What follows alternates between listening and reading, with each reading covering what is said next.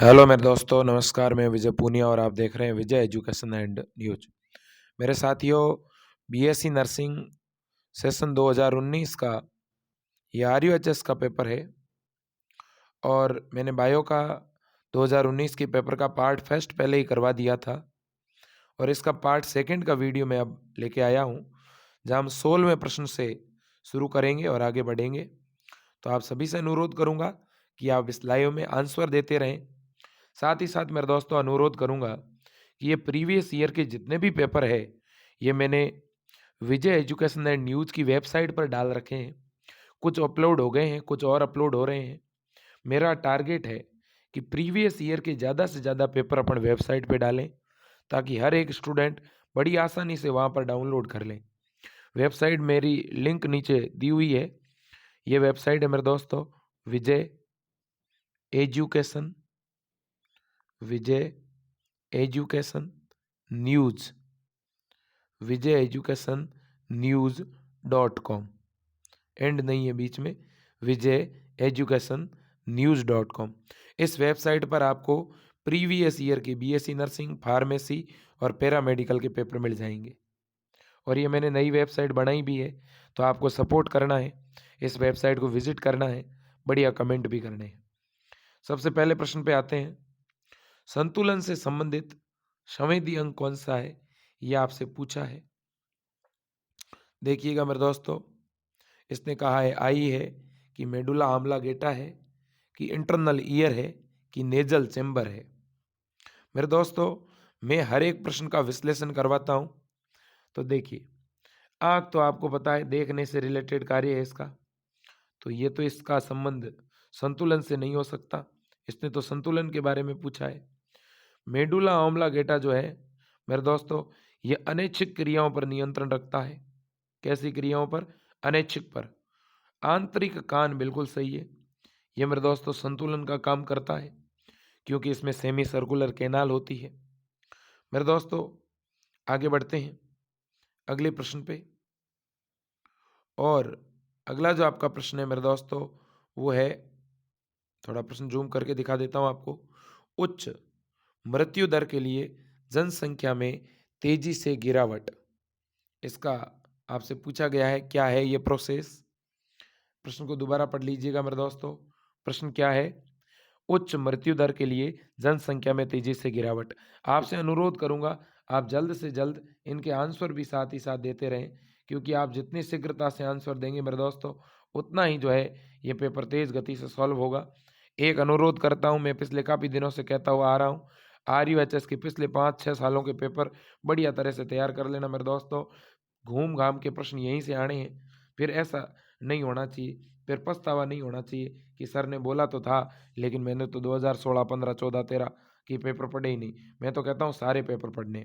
ठीक है, तो उच्च मृत्यु दर के लिए जनसंख्या घटी, अगर जनसंख्या बढ़ती तब तो होता जनसंख्या विस्फोट। ठीक है ना? और जनसंख्या घनत्व में तो क्या होता है, एक ही स्थान पर जो है जनसंख्या में सदस्य बढ़ जाते हैं। और जनसंख्या क्रेस में क्या होता है मेरे दोस्तों? क्रेस में मतलब बड़ी संख्या में कोई जीव नष्ट होते हैं, मरते हैं, तो इसका मतलब हो गया पॉपुलेशन क्रेस। ठीक है, अगला प्रश्न है, मधुमक्खियों के बीच में श्रमिक क्या है, यह आपको बताना है। बहुत ही बढ़िया प्रश्न है और यहाँ से एक दो नए प्रश्न भी मैं बढ़ाने का प्रयास करूंगा। मेरे दोस्तों, मधुमक्खियों में 3 प्रकार के सदस्य होते हैं, आपको मालूम होगा। अब आप कहोगे सर 3 प्रकार के कौन से सदस्य? तो मैं बताना चाहूँगा, मधुमक्खियों में एक तो होता है मेरे दोस्तों नर मधुमक्खी, ठीक है, दूसरा मादा और तीसरा श्रमिक मधुमक्खी। 3 तरह के इसके सदस्य होते हैं। मेरे दोस्तों, मधुमक्खियों के अंदर एक ऐसा भी सदस्य है जो पूरी तरह से स्टराइल है, बंध्य है, और वो जो बंध्य सदस्य है उसको अपन क्या कहते हैं मेरे दोस्तों? श्रमिक या वर्कर कहते हैं। तो वर्कर सदस्य बंध्य सदस्य है। अब मेरे दोस्तों आपको पता होना चाहिए कि इनका जो रानी मधुमक्खी होती है उसके अंदर 32 गुणसूत्र होते हैं और नर के अंदर 16 होते हैं। मेरे दोस्तों, इनमें रानी मधुमक्खी द्विगुणित है और नर यानी ड्रोन अगुणित है। इनमें द्विगुणित अगुणित प्रकार का जीवन चक्र होता है मेरे दोस्तों। तो इनके अंदर ये जो श्रमिक नाम का सदस्य है, अब यहाँ इस प्रश्न में नर माना गया है, लेकिन मेरे दोस्तों ये श्रमिक सदस्य जो है ये मादा है। ठीक है ना? अगले प्रश्न पे चलते हैं। अगला जो प्रश्न है वो है प्लाज्मिड डीएनए होते हैं। पहले तो मैंने बायोटेक के अंदर ये जानकारी आपको पढ़ाई है। प्लाज्मिड जो है ये बैक्टीरिया के अंदर पाया जाने वाला एक्स्ट्रा सेलुलर डीएनए है या एक्स्ट्रा सेलुलर जीन है। तो पहले पॉइंट पे देखो आप, बैक्टीरिया कोशिका का एक्स्ट्रा न्यूक्लियर जीन, ये बात ठीक लग रही है।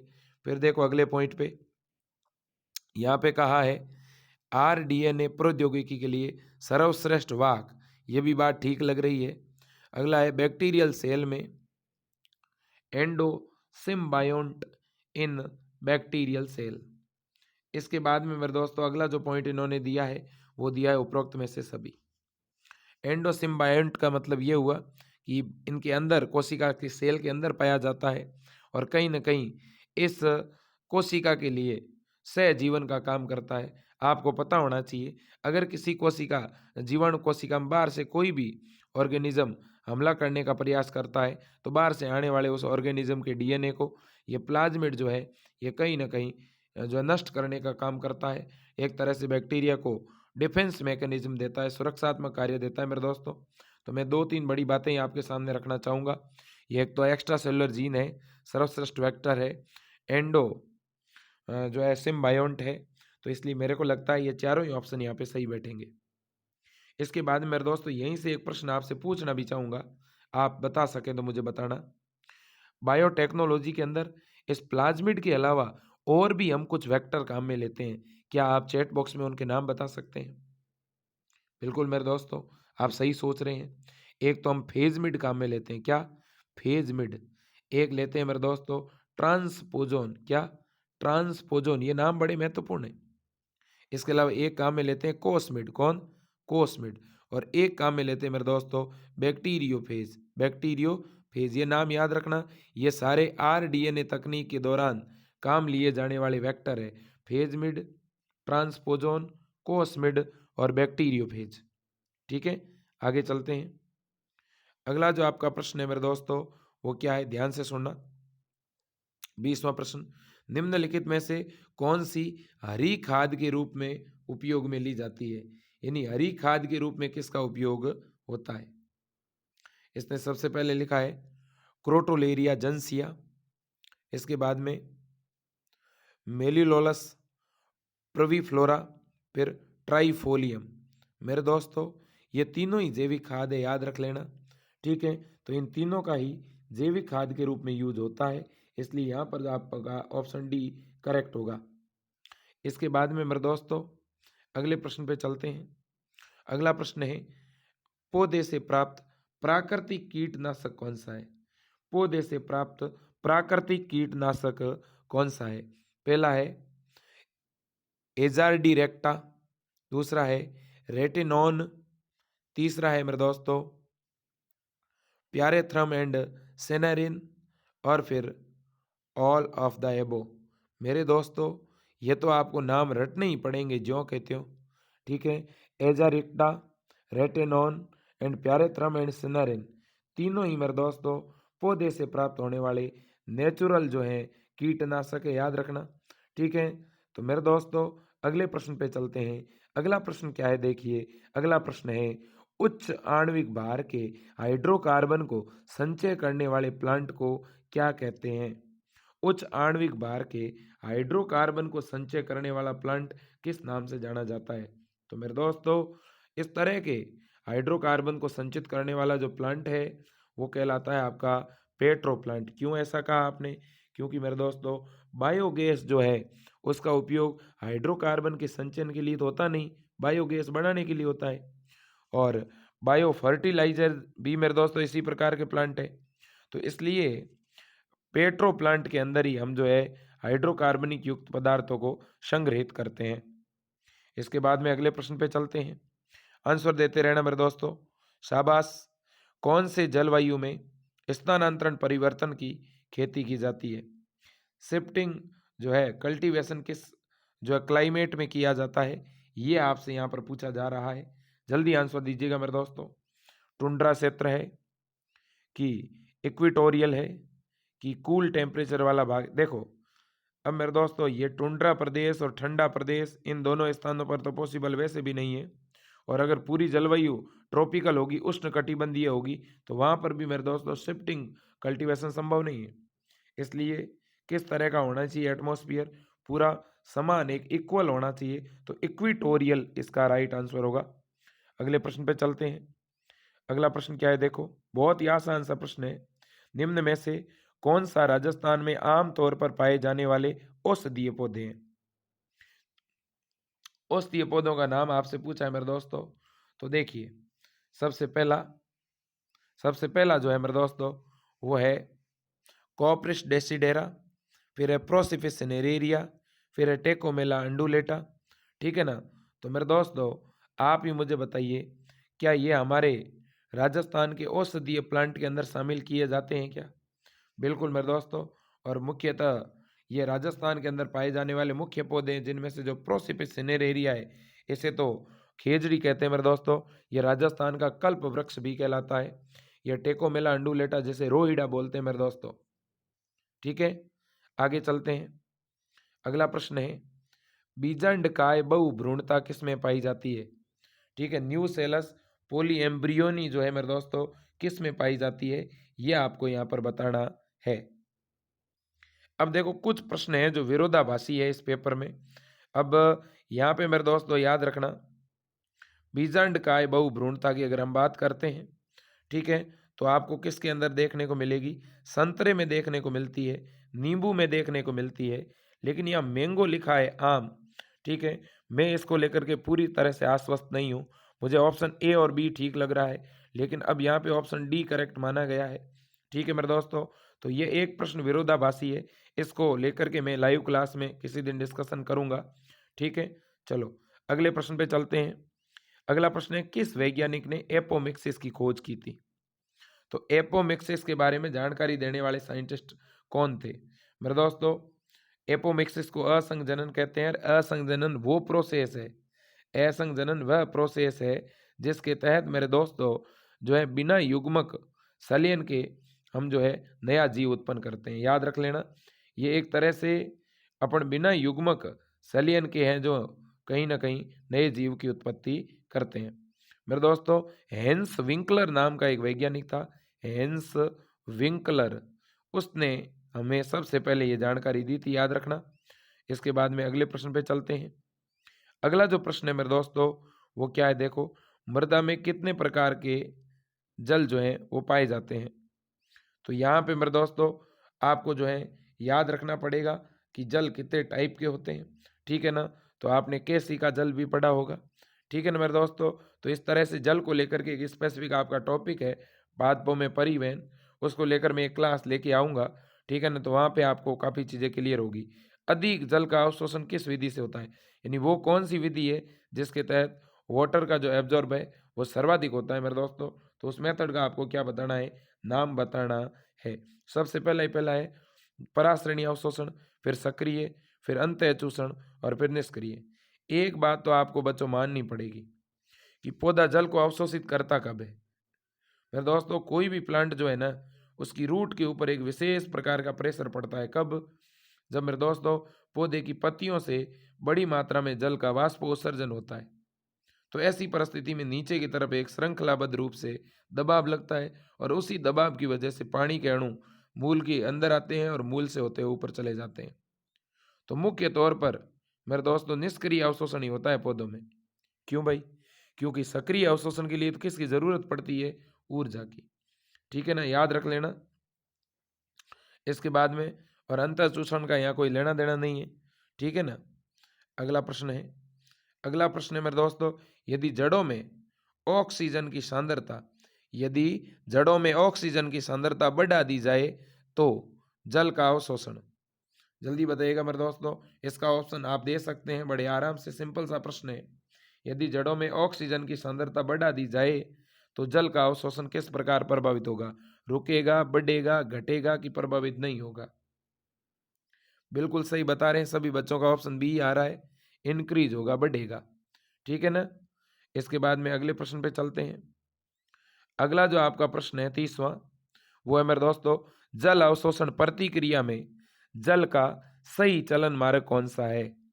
आपको पता ही है पौधे के अंदर। अब देखो एक बड़ी बात बता रहा हूं, जल अवशोषण से रिलेटेड 4-5 प्रश्न आ गए थे इस पेपर में, एक ही टॉपिक से, ठीक है ना।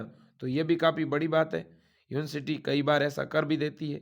तो अगर किसी एक आध टॉपिक पे आपकी अच्छी कमांड रही और उससे रेगुलर बहुत से, ये मैंने अभी तक टॉपिक स्टार्ट नहीं करवाया है, यह टॉपिक मैं लाइव क्लास में बहुत जल्द स्टार्ट करवाने वाला हूँ, पादपों में परिवहन करके, खनिज पदार्थों का परिवहन, ठीक है ना। उसको लेकर एक टॉपिक है पूरा, बढ़िया तरह से व्यवस्थित समझा दूंगा, आपके सब कुछ चीज़ें क्लियर हो जाएगी मेरे दोस्तों। बिल्कुल भी चिंतित नहीं होना, यूँ मत समझना कि ये मैंने पढ़ा ही नहीं, ये प्रश्न कहाँ से आ गया, मैं कैसे कर पाऊंगा, ठीक है ना। ज़्यादा आपको चिंतित है नहीं होना है। तो देखिएगा, जल अवशोषण प्रतिक्रिया का सही मार्ग कौन सा है मेरे दोस्तों। यहाँ पे पहले पॉइंट पे विचार करो, पहले रूट एयर, फिर कॉर्टेक्स, फिर एंडोडर्मिस और फिर जाइलम। और मुझे तो ये पहला ऑप्शन ही सही लग रहा है।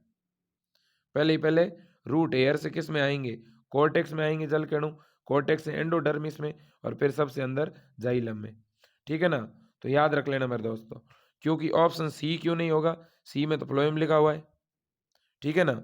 और इसके बाद में मेरे दोस्तों अगर मैं कहूँ डी क्यों नहीं होगा, डी में भी फ्लोएम लिखा हुआ है कि नहीं है। इसके बाद में आपको इतना तो पता ही है मेरे दोस्तों कि मूल रोम के बाद में सीधा वलकुट में जाएगा, फिर एंडोडर्मिस में, फिर जाइलम में। तो आपका ऑप्शन ए सही होगा, बी नहीं होगा। अगले प्रश्न पे चलते हैं। अगला प्रश्न है, पराग नली की वृद्धि होती है, यानी पराग नली की वृद्धि जो है मेरे दोस्तों किस प्रकार की होती है, आपको बतानी है। Middle part, apical part, posterior part, जल्दी बताइएगा मेरे दोस्तों। तो आपको याद रखनी है, पराग नली की हमेशा वृद्धि जो है वो उसके एपिकल पार्ट में, यानी शीर्ष बिंदु में होती है। और मैं एक बात बड़ी बताना चाहता हूँ जो कि आपको याद भी रखनी है मेरे दोस्तों, पराग नली जो है वो वर्तिकाग्र या स्टिग्मा के ऊपर जो केमिकल होते हैं उनसे उत्प्रेरित होकर के अपने जनन छिद्र से पराग नली निकालती है, जहाँ एक कायिक कोशिका की बहुत महत्वपूर्ण भूमिका होती है मेरे दोस्तों, याद रखना है। और ये पराग नली कहाँ पर जाकर के खुलती है मेरे दोस्तों, बीजांड में जाकर के खुलती है, बीजांड द्वार के पास में, ठीक है ना, याद रखना। और इस पराग नली के अंदर नर युग्मक कहाँ तक जाते हैं, मादा युग्मक तक जाते हैं। अगले प्रश्न की बात करते हैं, नर तथा द्वितीयक केंद्रक के संयोजन से क्या बनता है, जल्दी बताइएगा। नर युग्मक और सेकेंडरी न्यूक्लियाई, इन दोनों के फ्यूज होने से क्या बनता है, आपको आंसर देना है। तो सबसे पहले इसने क्या कहा, देखो सबसे पहले इसने कहा है जाइगोट बनता है क्या, फिर कहा इसने एंडोस्पर्म बनता है क्या, एम्ब्रायोसेक न्यूक्लियस बनता है क्या, या एंटीपोडल सेल बनती है। थोड़ा दिमाग लगाओगे ना, आपको आंसर नहीं भी आ रहा होगा सही कर लोगे। एंटीपोडल सेल, ये तो मेरे दोस्तों इसका तो फर्टिलाइजेशन से कोई लेना ही देना ही नहीं है, ये तो भ्रूणकोश की कोशिका है। एम्ब्रायोसेक न्यूक्लियस, भैया इसका फर्टिलाइजेशन से कोई लेना देना नहीं। अब इन दोनों में से कोई आंसर होगा मेरे दोस्तों। जाइगोट कब बनता है, सुनो, जब पहले वाला नर युग्मक अंडाणु से मिलता है तब जाइगोट बनता है, बराबर बात। लेकिन जब दूसरे वाला नर युग्मक, कौन सा, दूसरा नर युग्मक जब किस से मिलता है, सेकेंडरी न्यूक्लियाई से मिलता है, यानी दो केंद्रक वाली कोशिका होती है ना भ्रूणकोश में, उससे जब मिलता है ना, तो ऐसी परिस्थिति में मेरे दोस्तों एक 3N सेल बनती है, त्रिगुणित। और उस त्रिगुणित सेल को हम एंडोस्पर्म बोलते हैं, या हिंदी में गलत लिखा हुआ है भ्रूणदोष, भ्रूणपोष बोलते हैं हिंदी में उसको। क्या बोलते हैं मेरे दोस्तों, भ्रूणपोष, ठीक है ना। और इस प्रोसेस को क्या बोलते हैं, मालूम है आपको, जब सेकंड नर युग्मक मेरे दोस्तों, सेकंड नर युग्मक जब द्वितीयक केंद्रक से मिलता है तो उस प्रोसेस को क्या कहते हैं बताओ भाई। त्रिगुणित सेल जो बनती है, इस प्रक्रिया का क्या नाम है, इसे बोलते हैं ट्रिपल फ्यूजन, कहते हैं कि नहीं कहते हैं। इसलिए आपने पढ़ा होगा कि जो आवर्त बीजी पौधे होते हैं मेरे दोस्तों, उनमें दोहरा निषेचन पाया जाता है, क्योंकि दो नर युग्मक होते हैं तो दो अलग अलग कोशिका से मिलते हैं, है ना, याद रखना। अगले प्रश्न पे चलते हैं। अगला जो आपका प्रश्न है मेरे दोस्तों, वो है सर्वाधिक जल अवशोषण के लिए सबसे उपयुक्त ताप कौन सा है। अब इसका आंसर तो आपने देख ही लिया है, याद रखना है 20 डिग्री सेंटीग्रेड से 35 डिग्री सेंटीग्रेड, याद रखना मेरे दोस्तों, बहुत ही महत्वपूर्ण जानकारी आपके काम आएगी। ये फोटोसिंथेसिस वाले टॉपिक से प्रश्न है। प्रश्न क्या है देखो, प्रश्न है मेरे दोस्तों, चक्रीय प्रकाश फॉस्फोरिलीकरण साइक्लिक फोटोफॉस्फोराइलेशन से क्या नहीं होता। ठीक है, ऑप्शन को अगर ध्यान से देखोगे तो आप इस प्रश्न के आंसर को सही सही लिख दोगे। दो तरह का फोटोफॉस्फोराइलेशन होता है पादपों में, एक चक्रीय और एक अचक्रीय। ठीक है ना। चक्रीय के अंदर आपको दो तीन बातें याद रखनी है। चक्रीय में एक तो अभिक्रिया केंद्र का नाम याद रखना है। बताओ देखे चैट बॉक्स में, चक्रीय फोटोफॉस्फोराइलेशन का अभिक्रिया केंद्र कौन है? Chlorophyll A700। ठीक है, इसके द्वारा इलेक्ट्रॉन निकलता है, जैसे आयरन सल्फर प्रोटीन ग्रहण करती है, फिर फेरोडॉक्सिन, फिर साइटोक्रोम, फिर मेरे दोस्तों प्लास्टोसाइनिन, और फिर घूम के वापस आता है। इस सॉरी, इस दरमियान मेरे दोस्तों केवल और केवल क्या बढ़ती है? इस दरमियान केवल और केवल आपकी एनर्जी बढ़ती है। क्या यहाँ जल अपघटित होता है? नहीं। ऑक्सीजन बढ़ता है? नहीं। ऑक्सीजन का उत्पादन नहीं होगा। इसने कहा चक्रीय फॉस्फोराइलेशन से नहीं होता। एक तो ऑक्सीजन का उत्पादन नहीं होता, ये बात सही है। एक जल का यूज भी नहीं हो रहा है। ठीक है, और मेरे दोस्तों यहाँ पर NADPH2 का संश्लेषण, ये भी मेरे दोस्तों यहाँ पर जो है अगर मैं बात करूँ तो नहीं हो रहा है। NADH2 नहीं बढ़ती, ये बात बिल्कुल सही है। ऑक्सीजन नहीं बढ़ती, ये बात सही है। ठीक है ना। और जल भी यूज में नहीं आ रहा, ये भी बात सही है। क्योंकि नॉर्मली जल यूज में आता है जब जल टूटता है मेरे दोस्तों, याद रखना। ठीक है, मैं बड़ी बात कह रहा हूँ। अब यहाँ पे भी ये जो आंसर है पूरी तरह से विरोधाभासी है। ठीक है, इसके ऊपर भी हमें विचार करना है। ठीक है ना। तो मेरे दोस्तों ये आपके टोटल क्वेश्चन थे। इसके बाद आपके केमिस्ट्री के प्रश्न आ जाते हैं। मैं आपसे एक अनुरोध करूंगा बच्चों, आप एक काम करें, मैं अभी यहाँ पर आपसे 5 MCQ पूछ रहा हूँ। ठीक है, आप उनके मुझे आंसर देंगे। ठीक है, सबसे पहला MCQ आपके लिए, सभी बच्चे चैट बॉक्स में आंसर देने के लिए तैयार हो जाएं। सबसे पहला जो MCQ है वो आप मुझे ये बताओ कि वह कौन सा फॉस्फोराइलेशन है, वह कौन सा फॉस्फोराइलेशन है जिसमें H2O का जो है प्रकाशिक अपघटन होता है। H2O का अपघटन होता है जिससे 2H plus plus 2 electron plus half O2 बनती है। बताओ, मैं ऑप्शन भी बता देता हूँ। Option A cyclic photophosphorylation, option B non cyclic photophosphorylation. बताओ, जल का प्रकाशिक अपघटन, पानी का उपयोग कहाँ होता है? चक्रीय में कि अचक्रीय में? बिल्कुल सही, नॉन साइक्लिक में। ठीक है, अगला प्रश्न ध्यान से सुनना।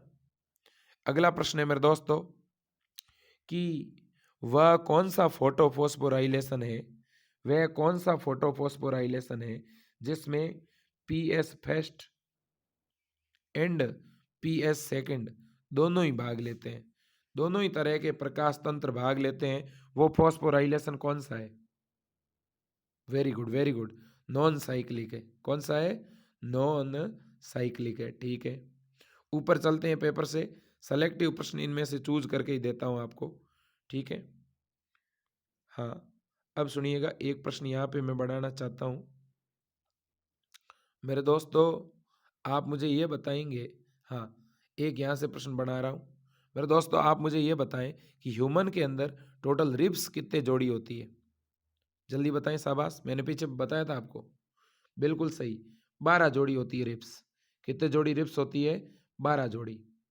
अब आप मुझे ये बताएंगे, ह्यूमन में प्लावी, प्लावी का मतलब होता है फ्लोटिंग, फ्लोटिंग रिब्स कितनी होती है?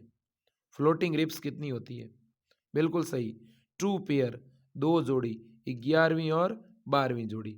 मेरे दोस्तों आपको ये आदत डालनी पड़ेगी, हर एक प्रश्न से नया एक दो प्रश्न बढ़ाओ। जैसे मान लो कि पिछली बार प्रश्न आ गया कि HIV जो एड्स का कारण बनता है, तो मेरे दोस्तों इस बार हेपेटाइटिस का आ सकता है ना, पोलियो का आ सकता है।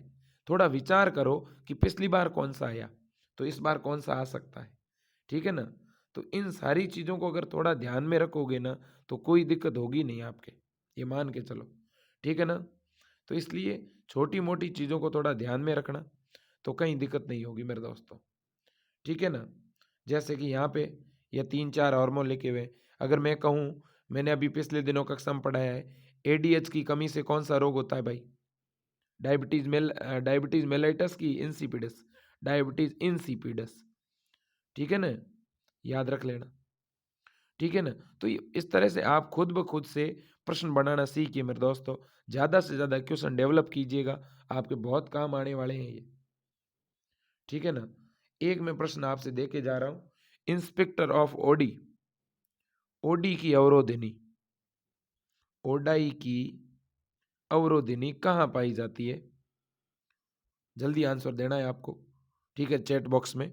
तो मेरे दोस्तों, जाते जाते एक बार और अनुरोध करूंगा आपसे कि आप जो है हमारी वेबसाइट को विजिट करें। वेबसाइट का नाम है विजय एजुकेशन, विजय एजुकेशन न्यूज़.com, विजय एजुकेशन न्यूज़.com। इस वेबसाइट पर मैं नोट्स भी डाल रहा हूँ, मैं मॉडल पेपर भी डाल रहा हूँ, मैं बहुत से बदलाव कर रहा हूँ। आप मुझे सजेस्ट करते रहें, मैं मेरे को और आपके लिए क्या करना चाहिए और हम और किस तरह से अपनी तैयारी को बेहतर बना सकते हैं, हर संभव प्रयास करूँगा मेरे दोस्तों आपके लिए। ठीक है?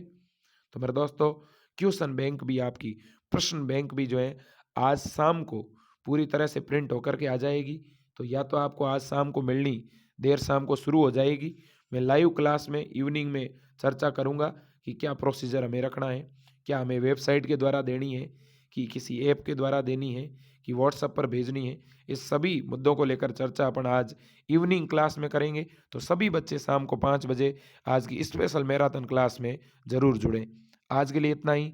जय हिंद, वंदे मातरम, भारत माता की जय।